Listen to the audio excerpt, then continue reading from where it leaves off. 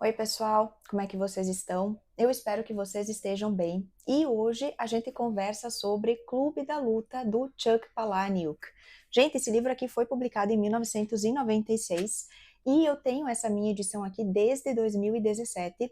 E esse livro ele faz parte então dos 12 livros que eu selecionei para ler esse ano, que são livros desse ano eu tenho como uma resolução aqui tirar da minha estante livros que estão parados aqui há um certo tempo. E Clube da Luta já está aqui há um tempão, como vocês podem ver, né? Há quase 10 anos que ele está aqui e dessa vez eu resolvi tirar esse livro para ler e, gente, eu amei esse livro. Na verdade, essa leitura, ela meio que alugou um triplex aqui na minha cabeça, porque a gente sabe que livro não é unanimidade, assim como as nossas opiniões, elas também não vão ser iguais, né, às das outras pessoas. E o que eu vou fazer aqui hoje com vocês é comentar um pouco sobre o que tem aqui no livro, mas eu também quero deixar as minhas impressões, o que foi que eu interpretei desta leitura, porque eu acho que opinião, ponto de vista, isso é muito particular, né? Cada um de nós tem a sua opinião, tem o seu ponto de vista, e caso vocês tenham algum comentário a fazer em relação a esse livro, eu vou pedir para que vocês tragam esses comentários, porque eu quero saber a opinião de vocês. A gente sabe que cada um de nós tem uma forma de interpretar, né? Eu acho que a interpretação que a gente consegue entender a partir de uma leitura, ela tem muito a ver com a nossa experiência de mundo, com a nossa maturidade, com o nosso conhecimento, até mesmo dentro do meio literário, né? Os tipos de obras que nós lemos, porque isso vai construindo o nosso senso crítico, vai aguçando o nosso olhar em relação às nossas leituras. Então, caso vocês queiram trazer críticas aqui, que sejam críticas construtivas, que possam nos ajudar aqui a entender, né? Então, eu vou fazer um comentário aqui com vocês sobre o livro, e depois eu deixo as minhas impressões aqui para vocês, tá bom, pessoal? Então, o que acontece aqui? Aqui a gente vai conhecer um narrador que não tem nome e a gente vai ver que este narrador é uma pessoa que ele trabalha numa espécie de uma montadora aqui de veículos, ele trabalha na área de recall e a gente vai ver aqui que ele leva uma vida bem confortável. Então, ele vai contar pra gente que ele mora ali no 15º andar de um arranha-céu, que o apartamento dele tem todos os itens possíveis e imagináveis, tudo aquilo que ele gosta, tudo aquilo que o dinheiro pode comprar. E aqui entra um ponto interessante, né? Parece que o consumismo ele se faz presente e parece que as pessoas se definem por aquilo que elas têm e não por aquilo que elas são. Então, parece que o narrador ele passa por um processo de não conseguir mais entender quem ele é no mundo. Qual que é o papel dele nesta vida que ele está vivendo. Então, por exemplo, se a gente analisar um ponto que nós temos aqui na minha edição, na página 50, ele vai dizer o seguinte: você compra móveis e pensa, este é o último sofá que eu vou precisar na vida. Você compra o sofá e fica satisfeito durante uns 2 anos porque, aconteça o que acontecer, ao menos a parte de ter um sofá já foi resolvida. Depois precisa do aparelho de jantar certo, depois da cama perfeita, de cortinas e do tapete. E aí é sempre essa questão, né? Você parece que ele precisa buscar uma definição a partir das coisas que ele tem, mas se ele tivesse que se definir como pessoa, parece que ele não tem essa identidade, parece que ele depende dessas coisas que estão ali ao redor para que ele consiga dar um sentido, digamos assim, para a existência dele. Então, o consumismo é uma coisa que se destaca aqui um pouco pra gente, né? E além dele viver esta vida confortável, com tudo aquilo que ele gosta, tudo aquilo que o dinheiro pode comprar, a gente vai ver que ele é uma pessoa que não parece estar muito feliz ou satisfeita com o trabalho que ele tem. Porque é justamente isso que a gente vai ver aqui. A gente vai ver essas pessoas que parecem que se sentem medíocres, que vivem uma vida medíocre, que elas têm um trabalho medíocre. E aí o narrador, ele parece que está justamente neste território, né? Então a gente vai ver que vai chegar um ponto aqui em que ele começa a sofrer de insônia. E aí ele vai ao médico na esperança de que o médico receite a ele pílulas, medicações para que ele possa dormir. E aí o médico vai sugerir a ele que ele procure grupos de apoio. Então, por exemplo, procure grupos de apoio de pessoas com câncer, pessoas com doenças terminais, pessoas que tenham parasitas cerebrais, que tenham doenças degenerativas. Nas entrelinhas, o que eu entendi? Você está sofrendo de insônia, mas você tem um lugar para morar, você tem uma saúde perfeita, você tem o seu emprego, você pode viver a sua vida e você pode aproveitá-la. Mas essas pessoas que estão ali participando desses grupos, elas estão buscando uma forma de seguir as vidas delas com aquilo que elas têm naquele momento, ou seja, a saúde delas não é das melhores, mas ainda assim elas estão buscando uma forma de viver a vida delas da melhor forma possível, dentro das possibilidades que elas têm, enquanto este narrador aqui, que aparentemente tem uma vida perfeita, sofre de insônia.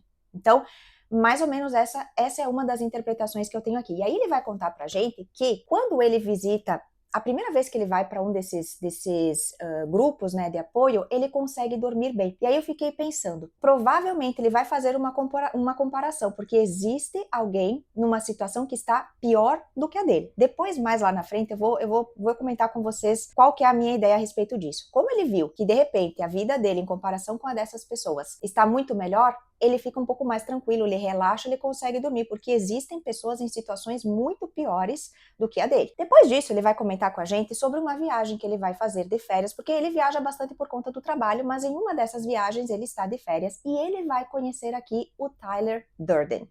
O Tyler é uma pessoa, é o oposto desse personagem que nós temos aqui, deste narrador. Então ele é uma pessoa que não se importa com a opinião alheia, ele é livre, digamos assim, né? E quando este narrador volta das suas férias, ele descobre que o apartamento dele foi destruído. Então, o apartamento dele agora é apenas um espaço vazio dentro deste arranha-céu em que ele costumava viver. E aí, o que ele decide fazer? Ele decide se mudar para a casa do Tyler, nesse meio tempo, né? Eles já têm ali uma amizade, mas vai dar a entender aqui pra gente que a pessoa que destruiu esse apartamento poderia ser o próprio narrador. E aí, no dia em que ele vai se encontrar com o Tyler, eles estão ali no estacionamento de um bar, o Tyler vai pedir para que o narrador bata nele o mais forte que ele puder, e aí o narrador vai fazer isso, né? No primeiro momento a coisa não dá lá muito certo, mas depois ele consegue, e é neste dia que o Clube da Luta será formado. E aí, o Clube da Luta, ele tem regras. Eu vou ler para vocês algumas delas aqui. São 7 regras. A primeira delas é o seguinte: você não fala sobre o Clube da Luta. A segunda, você não fala sobre o Clube da Luta.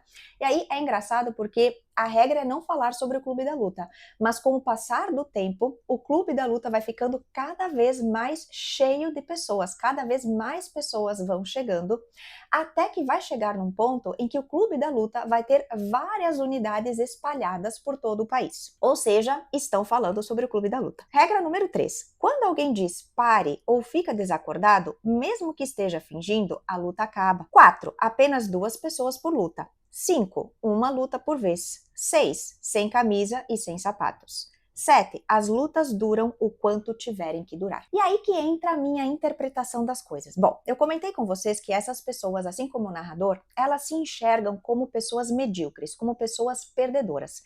E aí elas começam a frequentar o Clube da Luta e dentro deste ambiente, elas sentem que elas têm um propósito na vida, elas estão lutando, elas estão batendo ou elas estão apanhando. Então elas se sentem de uma certa forma livres e elas se sentem vivas fazendo o que elas estão fazendo. Mas, no dia seguinte, depois de todo esse acontecimento, elas voltam para suas vidas normais. Gente, eu vejo o Clube da Luta como um clube da fuga. É como se essas pessoas fugissem da vida real e vivessem de forma temporária em uma realidade paralela. É como, sabe Matrix, quando a gente assistiu o filme Matrix, quando, não sei se todo mundo assistiu, né, mas em Matrix vocês têm lá aquele personagem que toma uma pílula e ele vai viver numa realidade paralela. Para mim, o Clube da Luta funciona exatamente desta forma. Estas pessoas têm um propósito, elas sentem que a vida delas tem algum tipo de sentido e elas se sentem importantes de alguma forma quando elas estão ali dentro. Por quê? Quando elas voltam para suas vidas, a vida continua do mesmo jeito do ponto de partida, do mesmo jeito que estava no dia anterior.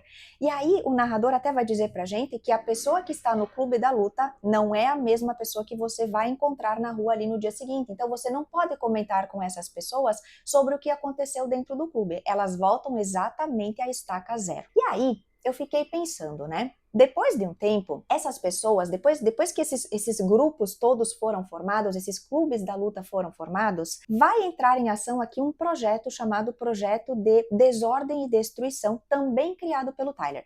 O Tyler, ele é uma espécie de um deus aqui dentro do livro. As pessoas o veneram, as pessoas o respeitam de tal forma que se ele precisa fazer alguma coisa, viajar para algum lugar, comer em algum restaurante, as pessoas pagam para ele as coisas, né? Então ele consegue essas coisas de graça, as pessoas o veem como um grande salvador. Mas eu não vejo a luta que acontece ali dentro desse espaço como algo que transforma, né? Então, como eu comentei com vocês, é momentâneo. Isso que eles sentem é momentâneo. A luta, o que acontece ali dentro, não vai fazer com que no dia seguinte eles escolham um caminho diferente daquele que existe na vida deles naquele momento. Eles não decidem mudar a vida deles para buscar um propósito no mundo real, na vida real. Eles seguem fazendo exatamente a mesma coisa, voltam para o clube da luta, voltam a se sentir importantes, voltam a se sentir diferentes, mas depois tudo volta ao normal. E esse projeto de desordem e destruição tem por objetivo aniquilar, né, a civilização. E aí, tem uma parte aqui no livro em que o narrador e o Tyler, eles vão estar juntos, eles vão estar ali dentro de um restaurante, porque o Tyler, ele trabalha como projecionista num cinema, e ele também trabalha como garçom. E aí, quando eles estão juntos neste restaurante, a gente vê que é um restaurante muito chique, eles vão descrever as pessoas que estão ali dentro deste espaço como titãs com as suas esposas mega poderosas. Então nós temos aqui pessoas que são ricas, pessoas que têm dinheiro, pessoas que subiram na vida, que ascenderam, e o Tyler dá a entender que o objetivo dessas pessoas ali dentro desse espaço é, né, receber o garçom, devolver a comida, achar um defeito e mandar essa comida de volta para a cozinha. E aí, lendo nas entrelinhas, a minha interpretação é que parece que ele dá a entender que essas pessoas que têm dinheiro só querem humilhar essas outras pessoas que estão abaixo delas, né, fazendo o que elas estão fazendo. E aí, o que o Tyler decide fazer? Ele acaba sabotando os alimentos que chegam à mesa destas pessoas. Então, ele vai urinar na sopa de tomate. Então, aí tem que esperar a sopa estar numa temperatura específica para que eles não sintam o gosto. Ou, sei lá, vai cuspir na comida de alguém. Mas assim, qual é o propósito de você agir desta forma? Porque eu não vejo um bem comum como objetivo aqui no final de todas essas atitudes que são tomadas por esses personagens. E o Tyler, ele dá essas ideias, né? Então, qual que é o objetivo de você atingir essas pessoas? Em nenhum momento aqui no livro, a gente vai ver que essas pessoas ricas que estão aparecendo aqui, elas estão tratando esses personagens mal. E aí, o que eu pensei? É muito fácil, né, a gente olhar para uma pessoa que chegou ao topo e a gente não ter conseguido chegar lá, a gente se colocar na posição de vítima. Então, assim, essa pessoa, ela trabalhou, ela estudou, ela se desenvolveu para que ela chegasse onde ela chegou. Eu não cheguei nesse ponto e por conta disso eu sou uma vítima. Eu sou uma vítima da sociedade, eu sou uma vítima do sistema, mas você não fez absolutamente nada para que a sua vida fosse diferente, para que a sua vida mudasse. Esse projeto Desordem e Destruição me parece... Então, o que eles vão fazer? Eles vão começar a depredar coisas que são públicas, ou melhor, em alguns momentos, propriedades privadas. Então, você vai ter, por exemplo, um grupo invadindo uma loja de carros de luxo, para estourar os airbags. Ok. E o que vem depois? Qual que é o propósito de você invadir uma propriedade que não é sua e destruir algo que não é seu? O que é que você vai ganhar com isso? Se no dia seguinte, veja bem, no dia seguinte você volta exatamente para o ponto de partida. Você fez isso, mas eu não vejo nenhum benefício, não vejo nada que vá acontecer de modo a mudar a vida dessas pessoas que fazem parte deste grupo gigantesco.